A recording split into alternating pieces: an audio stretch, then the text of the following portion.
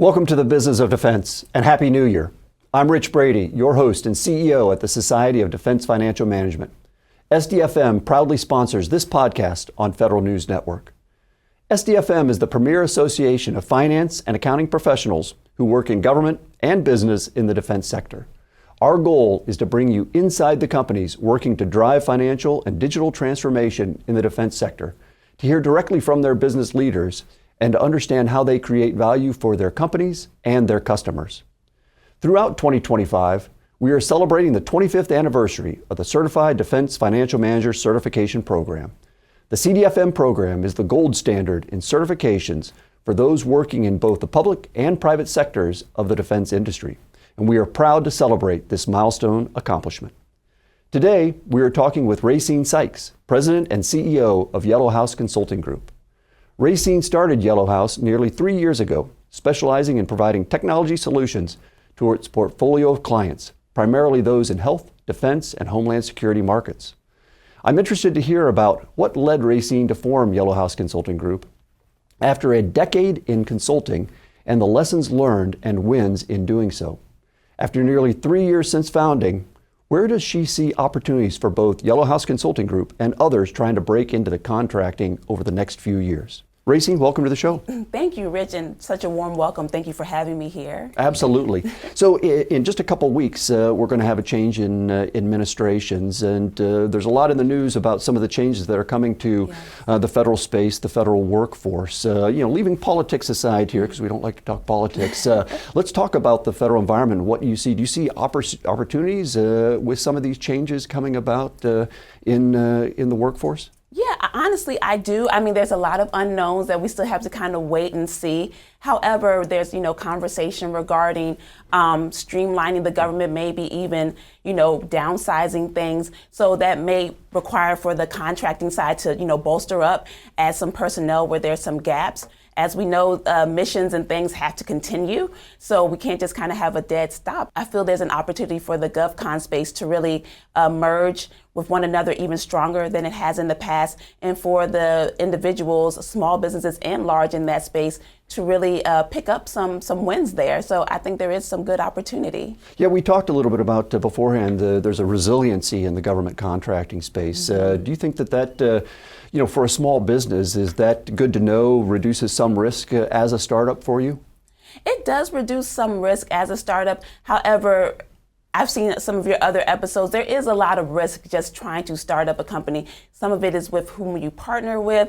A lot of it is even the client that you're supporting, what their financial structure may look like. And even though they may have put something in place, maybe their financial position changes, or there's a change in the type of work that they're looking to do as a result even of the administration. So there's still some risk there, but I think we can all stand strong and really move forward with partnering with the government and providing the solutions that help them meet the needs of the people of the nation. So let's go back a couple of years. It was just after the COVID pandemic, probably still coming out of the COVID pandemic, and you decided to create Yellow House Consulting Group. I did. Can you talk about that decision? What led you to go out on your own and start a business? Definitely. I remember it almost like it was yesterday. At the time, there was a large movement around women really standing up for themselves and doing some great things within whatever community that they were in. For me personally, I grew up in the School of Defense Agencies Initiative, or DAI, and there's a strong spirit of entrepreneurship within that community. And I recall at the time I was working for an employer that was really encouraging me, hey, Racine, I think you've got what it takes. I think you can start your own company. In fact, you and I could even partner together and, do some great things with one another. So kind of having that thought of, I can do this. I can be a part of this community we've stepped out on our own. We've started our own companies. I can do that. And I feel like I'm an influential person. I have pretty good leadership skills. So behind all those things kind of merging together all at one time, I decided to start out in this space and start my company. And so far, it's been going pretty well, not without its challenges, but I think it's been going pretty well. Yeah, well, let's get into the nuts and bolts of it a little bit. I mean, how did you organize? Was it an LLC, a partnership? Are you the sole owner? Yeah. What's that first step that you have to take when you say, yes, I'm going to do this and I'm going to go out on my own, but where do you start? Yeah, that's another great story. So I then told my husband, you know what, I'm ready to do this. And he's like, okay. So I went to bed that night, and the next morning I woke up and he formed my LLC for me with the state of Maryland. So that was really exciting. So yes, I am an LLC. I'm in the state of Maryland. That's where we're based out of. And so that's the first step. Then you're going through everything with the IRS, getting your EIN and all those things set up. After that, there's a long laundry list of things when you're trying to work with the federal government. But of course, everyone knows we have to sign up with sam.gov. Right. So I went forward with, going through that long questionnaire. And sometimes you're looking at things and you're like looking up definitions like, oh, how do I answer this question? Or, what's my response to this? So you start with that process next. You register with sam.gov so you can work with the federal government. And then from there, you're kind of like in this space, well, what do I do next? What's the next thing on my list of things to do? And that's where I found that finding a mentor, a great partner, is a really good step to take after that, because they can tell you what you don't know. Did you, are you also a small business, a designated 8A, an economically disadvantaged women-owned small business? What route did you take in that area? Yes, so I am certified as an economically disadvantaged woman-owned small business, SBA certified. The 8A is something that there's a lot of criteria that it takes to meet that designation. So I'm at the point where I meet that criteria, but I want to be a little strategic with getting that designation. For those of your listeners that don't know, that's a program where you graduate after 9 years. So once I get my 8A, I want to really be able to use it to my advantage. I want to have a really strong pipeline of things that I feel like I can go after and win successfully. So until that happens, I don't want to maybe lose a few years of, my designation by trying to get it too soon and not really having, like I said, that strong pipeline of business that I'm trying to go after. So it sounds like you're really thinking long term here. And so let's talk strategy a little bit. Mm-hmm. When you started out, what was your initial strategy? What areas did you want to go into? And have you stayed kind of true to those areas, or are you going where the market leads you to a certain extent? And as you look out over the next 3 to 5 years, what does your strategic plan look like? I love that question. So starting out again, like I said, I come from the Community of Defense Agencies Initiative. So there are, I don't know how, about 25 or so defense agencies or other defense organizations within the federal government. So there's always projects that are opening up where these customers need, help desk support or accounting support. So of course, that's my initiative to go after that work. But once you start going after that work, you realize it's pretty saturated. There's a lot of companies that look like mine that can do the things that I do. So then you again have to start thinking long term. Do I want to spin off and do something else? Do I want to try anything different? So now I'm trying to step more into the travel space, implementation of travel applications within the federal government. That's something that I want to look into. And also, though, still staying within the defense space is, how do we get to this 2028 clean audit opinion? What can my company do to assist with that? So one niche area that we've actually found a nice stronghold in is trading partner reconciliation, or IGT, intergovernmental reconciliations. So I'm really hoping to carve a space or a niche out in that area as well. Yeah, there's definitely a lot of frustration with the defense travel system, mm-hmm. travel in government, and as well as a lot of opportunity in the audit space. That's not going away. What are some of the risks that you see right now in that federal landscape? And we talked a little bit at the beginning, there's some unknown with some of the changes going to happen with the federal workforce. But what other risks do you see on the horizon? I think it's ultimately, like I said, the unknown, and being able to quickly pivot. I think that's the part that a lot of us, especially as a small business, we have to be very agile. We have to be flexible as to what comes down the pipeline. We need to lean on one another and support one another, but that also presents risk. You have to be very careful who you decide to partner with, especially when you're a small company like myself and you're most times in a subcontractor role, right? So we're really relying on our primes to kind of get us to the finish line. And if there's any adversity there, any tension, any challenges, a lot of that can fall back on me as a small contractor, and I have to be able to protect myself in that realm. So it's a lot of give and take. I know that I'm only going to be successful when I scale and partner with other organizations, but then there is an inherent risk that comes with that. So how do you make those partnering decisions? What are some of the criteria that you look at when you're thinking, is this a company I want to work with, or maybe I'll wait and continue to look for another company? Because there might be you might be some incentive to go and partner as quickly as you can, just so you can get a book of business and you can start generating some revenue. But you also want to show some, strategic patience and finding the right partner.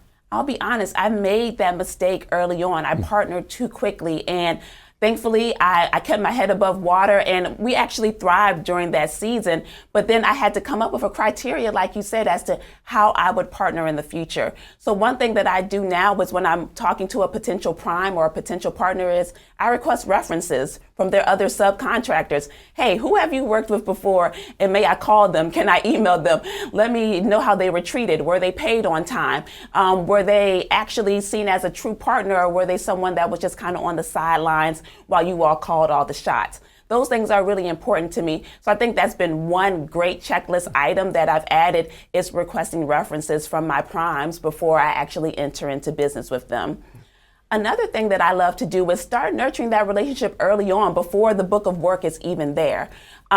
So if I meet a potential partner early on, then, let's set up these, monthly syncs, or even bi-monthly if we have the bandwidth, so we can just talk and get to know one another. I can understand the type of person you are, because the person that you likely are is likely how you're going to lead your organization. So you can tell a lot by just having that one-on-one FaceTime with an individual and being able to learn more about them, and in turn about their business and how they partner. So what you're saying is choose your partners wisely. Very wisely. If there was one piece of, where's the camera? If there was one piece of advice that I could give, is choose your partners wisely.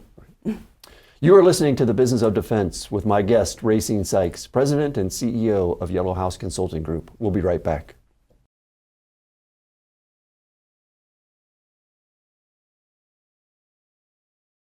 Welcome back to The Business of Defense, sponsored by the Society of Defense Financial Management on Federal News Network. I'm talking with Racine Sykes, President and CEO of Yellow House Consulting Group. Yellow House Consulting Group upholds integrity, trust, relationship building, and compassionate customer service as its 4 key pillars, and ensures its employees exemplify these values. From systems integration to change management, accounting support, and project management, Yellow House provides specialized solutions with that extra layer of compassionate customer service. As a small business, it's important to establish this culture from the start, and I'm curious to find out where Racine got her customer-centric focus and the difference it makes in the federal sector. Racine, so let's talk about you a little personally here. So you UNC, right, a Tar Heel? Yes, and then, you've done your homework. Yeah. And then you worked for a Big 4 company, yes, and then for a couple other companies in the federal sector. Mm-hmm. What did you take away from those experiences in that roughly decade of working out there in federal contracting? I had a lot of opportunity working for the Big 4, and then some smaller firms that started to become more mid-sized. I think one of the greatest things that I learned during that time, one is share your knowledge. It doesn't belong to you. It belongs to the team. It belongs to the customer. And everyone's better when you share information. I don't have to hoard anything to be deemed the best on the team or the go-to person. Actually, the more that I share, the better that everyone's comes out in the long run. So that has been one really big thing that I learned during that time. And another great thing that I had the opportunity to participate in that helped me be positioned to start my own company was proposal writing. From very early on, I was, tagged to kind of write small segments and things of different proposals. And I was a part of all of the different, red team, pink team, gold, white glove meetings before the proposals went out. So I had a really large understanding of that when I started my own company, and how important it was to really write a winning proposal to hopefully win some work for the federal government within that federal space. Yeah, that's interesting to hear. I did want to ask you about that. That some people think I can come right out of college or university and start a business, or maybe come right out of the military. But it sounds like there's an advantage to maybe working in the contracting space for a little bit, just to understand some of these things like contract proposals and negotiation and all of that, and partnering, teaming. Yeah. You understand some of the lingo even. Yes, I agree 100% with that statement. And another thing that you get during that time is you get a lot of the people that you consider mentors. I know one of my biggest mentors now is Haley Lee. She started her own company, but we started together at TerraThink, and she was my manager. So during that time, we fostered a really strong relationship, almost like a sisterhood. And, now that we're both business owners, I can easily rely on her for different questions that I have. Another individual that I lean on very heavily to help me, his name is Larry Sutton, and he was a PM on one of the engagements when I was at Defense Threat Reduction Agency. So again, these are people now, 10 years later, that I call on for help and assistance and guidance, and they very quickly answer the call and assist me in trying to grow my business. That's really great to hear, because we definitely want to get into the mentors, and I'm glad you mentioned that. But also from the culture perspective, what did you see in some of these companies, culture-wise, that you said, yeah, this is something I want to take into my own company, or maybe it's something I don't want to bring in? Yeah, there were lessons learned on both sides, right? I think one of the things that I did learn that I already kind of alluded to was knowledge sharing and passing down knowledge as you can within your team. That gives you as the leader an opportunity to take a step back because you've empowered your team to do everything that they need to do, and you can have the opportunity to kind of grow your business while working outside of the business instead of working in the business. Because as an entrepreneur, that's a hard balance to find early on. You're always kind of, am I billable? Am I, or am I doing business development? Which one is it? So you have to find that balance. And the best way to do that is invest in your team. Teach them what you know so they can take the reins, and then you can take a step back and also, manage and do the business development part that needs to be done. Another lesson that I learned is kind of having more of a democracy within my company, allowing my team to speak up. Well, what do you want our company to look like? You're as much part of this as I am.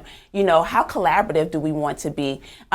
What diversity of thought and opinion do you bring to the table that we can utilize? So it's always this larger conversation, not around me just making these overhead decisions, but my team coming in and helping me think about things. I even had like a conversation with my team, a meeting. What are our company values? What do you all feel like we stand for? What are we bringing to the table that other companies that don't offer? And we got a lot of great information out of that. So I think there were experiences where some teams didn't offer a lot of that, democracy or that collaboration. And from that, I learned the value in bringing that to my employees, my resources, so we can all come together and stand behind something we really believe in. Right. Let's talk about this customer-centric focus. On the one side, how important is that to the federal clients when it comes to past performance and enjoying working with you and your company and getting more business? And how do you inculcate that into your employees, that sense of we really absolutely have to be focused on the customer, that's the most important thing we do here? So it starts with my employees. So actually, I start with them first. I push as much, I show them how much I value them from day one. What do you need from me? What type of flexibility do you need? Do you need to leave to pick your child up early? Or is there something you want to see happening within the company that you didn't see maybe somewhere else that you worked in, that you want to see here? So I first start with valuing them first. They're my most important resource. They're the core of my business. And if they aren't happy, my customers aren't going to be happy. So I start there and allow the value that I put in them to trickle down into my customers. And at that point, I tell them, hey, you all are going to get what you need. I need to make sure you give the customer what they need. And I like to use the term compassionate customer care. That comes from me having experiences in the workforce where I was maybe having a more difficult time in my personal life. I had suffered some loss, the passing of my mother, and I was going to work and having these interactions that were not as kind as I would have desired them to be. And the light bulb went off at that time, and I said, you know what? You never know what someone is going through. You never know someone's experience. My job is to make them feel as welcome, as happy, and help them meet whatever need that they have in that moment. And that's how we add value to our customers. And you're going through some changes right now yourself. Congratulations on the recent addition to your family. Thank you. You know, how important is it for you as the leader to exemplify these things also? You know, you're trying to find this work-life balance for yourself, for your employees.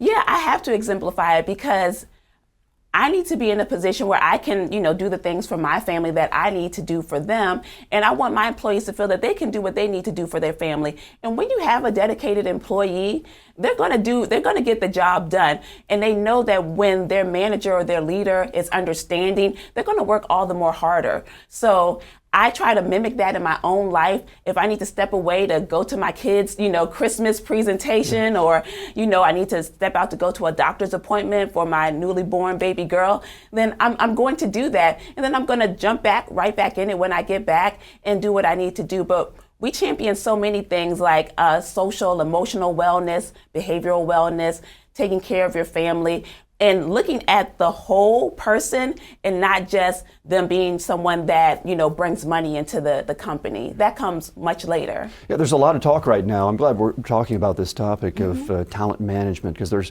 a competition for talent out there now. So do you think that this gives you a competitive advantage when it comes to hiring, that this unique culture that you have at Yellow House? It really does. I'm actually trying to hire for an effort right now, and I will be subbing to a much larger company. So I don't have the final say in who gets chosen. But some feedback that I received was, Racine, your communication, your feedback is amazing. I've been ghosted, in this interview process a lot of times. And I'm like, really? Why would a company do that when they're trying to bring you on? And even if it's not the right fit right now, time has shown and proven that other things come down the pipeline where if you have a good interaction with someone, that you can always circle back to them and they're eager to hop back in and try to work with you. So I do feel like that actually gives me a competitive advantage, because I'm always leading with care, leading with kindness, and leading with, how do I want to be treated? Now let me treat someone else the same way. Well, let's finish up by looking into the future a little bit. In 5 years, where is Yellow House Consulting Group and where is Racine Sykes? Yeah, I hope by that time I have, at least maybe 50 to 100 employees. I want to really carve out more room within that travel space, like I mentioned earlier. I would like to really tag into this audit really around that intergovernmental reconciliation portion. I really feel like we have something very special that could benefit the other defense agencies. So I want to be able to carve out a nice space in that area. And, I want to have a little more flexibility for myself as I get things kind of running like a well-oiled machine. I want to be able to spend more time with my family and, my husband, and do all those things because, again, that's kind of what matters in the long run. So creating this business so I can have an impact on my community and create stable jobs for lots of people, and in turn enjoy the family and the lifestyle that I've been trying to build for myself. Well, it looks like you got that positive attitude and company culture to get you there. So we look forward to seeing your continued growth. Yes, thank you so much, Rich. I'd like to thank today's guest, Racine Sykes, President and CEO of Yellow House Consulting Group, for sharing her experiences, insights, and take on what lies ahead for the future of federal contracting.